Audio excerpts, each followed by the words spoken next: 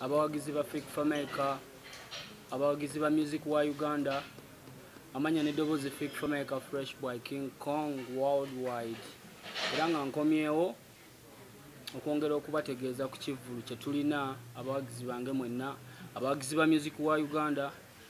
Tulina concert egenda kubeera ku Hotel Africana. Essaawa zino eno njogeza maanyi lwa nsonga twetegese ekimala. Ndi mu kukola rehearsals as an artist nga sinagendayo kansoke neebaze abantu abanyambyeko okubanga ekivulu kino kituuka wano we tuli leero. Njagala kwebaza management yange, tiimu gye nkola nayo. Njagala kwebaza abasponsa bange MTN, Jessa, Kagwirawo Sports Betting, Coca-Cola, Phenon, Banji, Spark, MTV, Capital FM, mwebale nnyo. Njagala kwebaza bannamawulire mwenna, mwebale nnyo okupushinga sheno na buli muntu yenna nyambyeko okulaba nga omukolo guno gutuuka wano we guli. Promoter wange Unique Agents, Kyakabinyo mwana. Yeah man, so ennaku z'omwezi nga 26 nze siri musajja wa bigambo bingi, naye kyemmanyi nti omuyimbi gwe mugenda okulaba ku lunaku olwo temumulabangako, agenda kujja nga mulala nnyo. Neetegeese ngenda kuba oluyimba okuva ku luyimba olwasooka paka ku luyimba lwendika essaawa zino eno. Ngenda kujja nga nina amaanyi mayitirivu.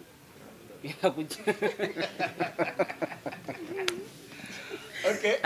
Boyogera kumanyi buli omu abakitegera fit, yeah. Because you never disappoint. You are disappointing Uganda. N'okwongera okuhighlightinga ku nsonga y'okusoosowaza muziki waffe. Bannange nze mabegako awo mbadde sivumirira nnyo kintu kya muntu kugenda kuwagira bivulu by'aba Nigeria, kuba abantu buli omu alina freedom y'omuntu, freedom y'okwagala muziki gw'ayagala.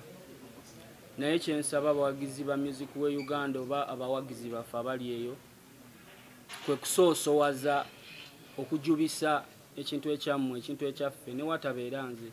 Baganda bange ba B2C balina show ennaku z'omwezi nga 19, mugende mubawagire. David Lutala alina show ku Africana, mugende mumuwagire. I saw Juliana, Gravity, Kenzo, Nwaji, bannange mutuwagire. Nze ndabye show z'aba Nigeria nga ziseringa out back to back n'entya. Okitegeera back to back, ono n'avaawo oli n'agenda, ono n'ajja oli n'agenda. Nentukekira ne ngamba newankubadde kale endongo yaabwe etunyumira naye tebatuwamu nawazigamba nti owawa nasooke kale akubemuuko tukubeewo ebyawa ne bivulu nga 3 n'omulala ajje. Okitegeera so nempulira nga kintiisizaamu. Bannange bwe mutatuwagira tewali manje tugenda gajja walala. Nga bwe muwagidde show z'aba Nigeria, tubasaba naffe mutuwagire.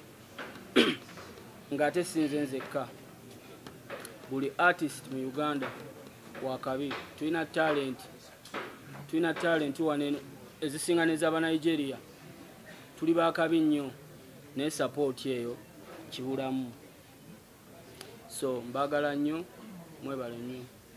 Okay, Fik, bamawuli bantu bayi ngoli bulungi. Ndikiriya muganda nkiri kitya. Ne press conference yo eyokubiri okuva wateekayo gundi. Actually eno eringa tulina press conference egenda okubeera official ne ba sponsors bange bonna, tugenda kuba tu announcing a date. So zino just za kukeeping abantu nga tubawa update n'okwongera okubakubiriza okubeerawo ku kivvulu n'okumanya wawe tutuuse ne waje tuvudde. Ngozikola mufulirizo kibadde kikulya kikutwala. Mwana mbeera eyo nempulira nti no mbuze mu kamera. So kati ndi mugezaako okubeerawo mu kamera. Mwana abantu bagamba obuze gwe naye muli owulira okoze otya kati wendi kati nze.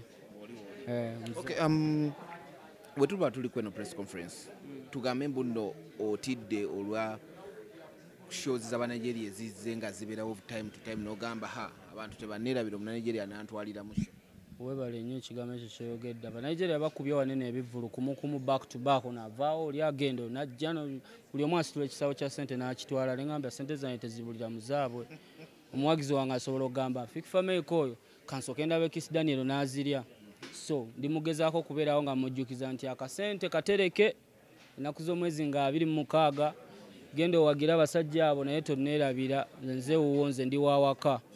Ensonga lwaki kibaluma sigamba nti no kituluma naye kubanga kubuusa okubuusa abantu bammwe oba okubanegula ye bakyogera batya mu lulimi oluwanga sagala kwogera luyaye mu kamera okugezaako okubayigiriza nti temuyitiriza nnyo ekintu kiri eri ekyawabweru kuba erisi bwe kiri oba okitegeera mwongere okusoosowaza n'okujubisa endongo yammwe nga si yamugwira tosobola kuŋŋamba abasajja bajja bakuba ekivulono n'avaawo linagenda ate mwana naffe abayimbi bawano tulina ebivvulu oba okitegeera mujje mutuwagire babitusi balina ekivulo ennaku z'omwezi nga 19 David Lutala alina show ku Africana wenyini wengenda okubeera bagravity bakenzo tulina show naffe tuli waneno tulinze naye sente muli mu kuziwa aba Nigeria nanti mwe temuzza ssente oli agamba babatekamu ssente ne zifa.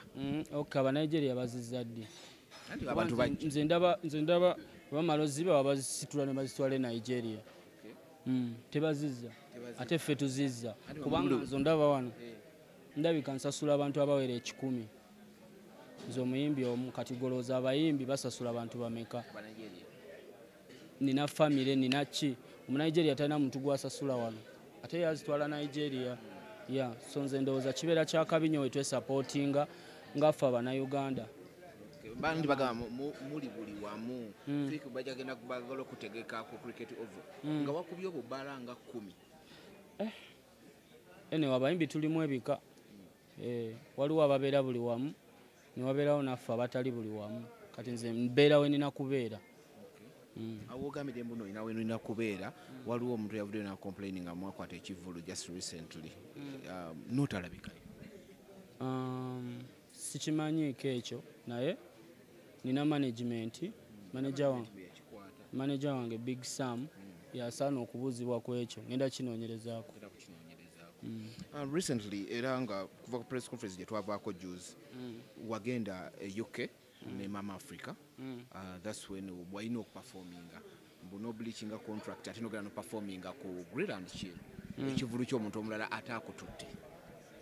Ddamu ekibuzo kyo wagenda no UK ng'olina okuperforminga ku Mama Africa ate nogenda noperforminga ew'omuntu omulala ewa Mama Africa saayimbayo ye bw'agamba according to her saayimbayo nze ndowooza alisoose okukola research anti ye according to her ku information yatuwa kati gwolina okunnyonnyola eggwanga ewa Mama Africa nayimbayo ate sina contract gye na bleachinga era n'ateekamu ne gundi ayagala bakubanninga obutadda UK for 10 years.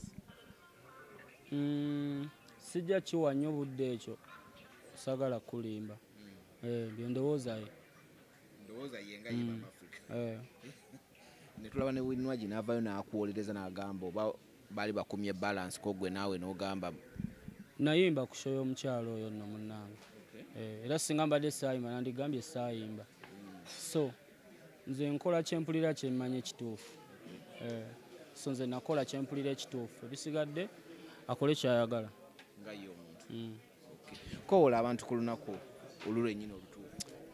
Mpita abawagizi bange mwenna ennaku z'omwezi nga 26 omwezi ogwa August tuli mu kubala nnaku esigadde ndowooza ennaku nga 17 mbayita mujje mumpagire mu concert yange nammwe egenda okubeera ku Hotel Africana mujje mu bungi mujje tunyumirwe mujje tucakale ngenda kubayimbira ennyimba zonna ku live neetegese koze rehearsals tulina tiimu nene nnyonnyonnyo so mujje mubeerewo kigenda kubeera kyakabi.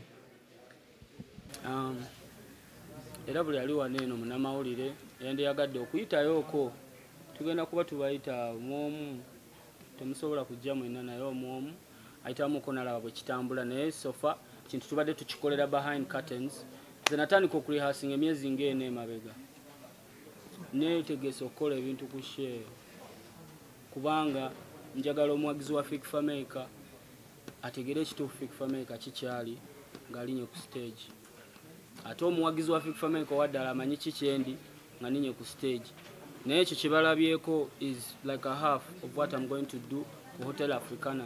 Tutegese ebintu bingi nnyo ebyakabi, stage, mataala, biki buli kimu kyakabi. We are set. So mbayita abawagizi bange mwenna mujje bambi mumpagire, mujje tukikube, mujje tujjuze Hotel Africana. Nkimanyi wali omuntu eyo asobola okubeerayo ng'agamba omwana oyo tagenda kujjuza abantu awo, tasobola kubawo abantu awo. Mujje tuswaze abantu abo, mujje tujjuze abantu awo, mujje tunyumirwe, mujje tukyakale, mujje tukole ekintu kye bayita omuzungu akiyita history ku lunaku olwo. Mwebale nnyo. Fik katono gwomu ku bantu.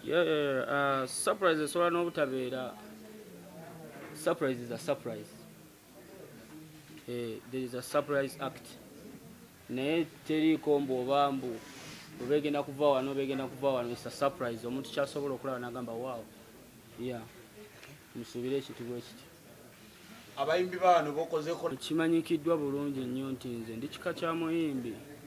At least kale 70% ku bayimbi mikwano gyange mu industry eno. Newankubadde tetubonga nnyo naye olaba nti sirina lutalo na buli. Almost everyone is my friend. Ate ku lunaku olwo buli kyali wange agenda kubeerawo. N'abatagenda kuyimba bagenda okubeerawo nga bazze kunyumirwa show bagenda kubeerawo. Buli kyali wange agenda kubeerawo ku lunaku olwo. Kuba mpise buli mukwano gwange guno mukolo gwange buli kyali wange era atali kyali wange yatagenda kujja. Ne buli muwagizi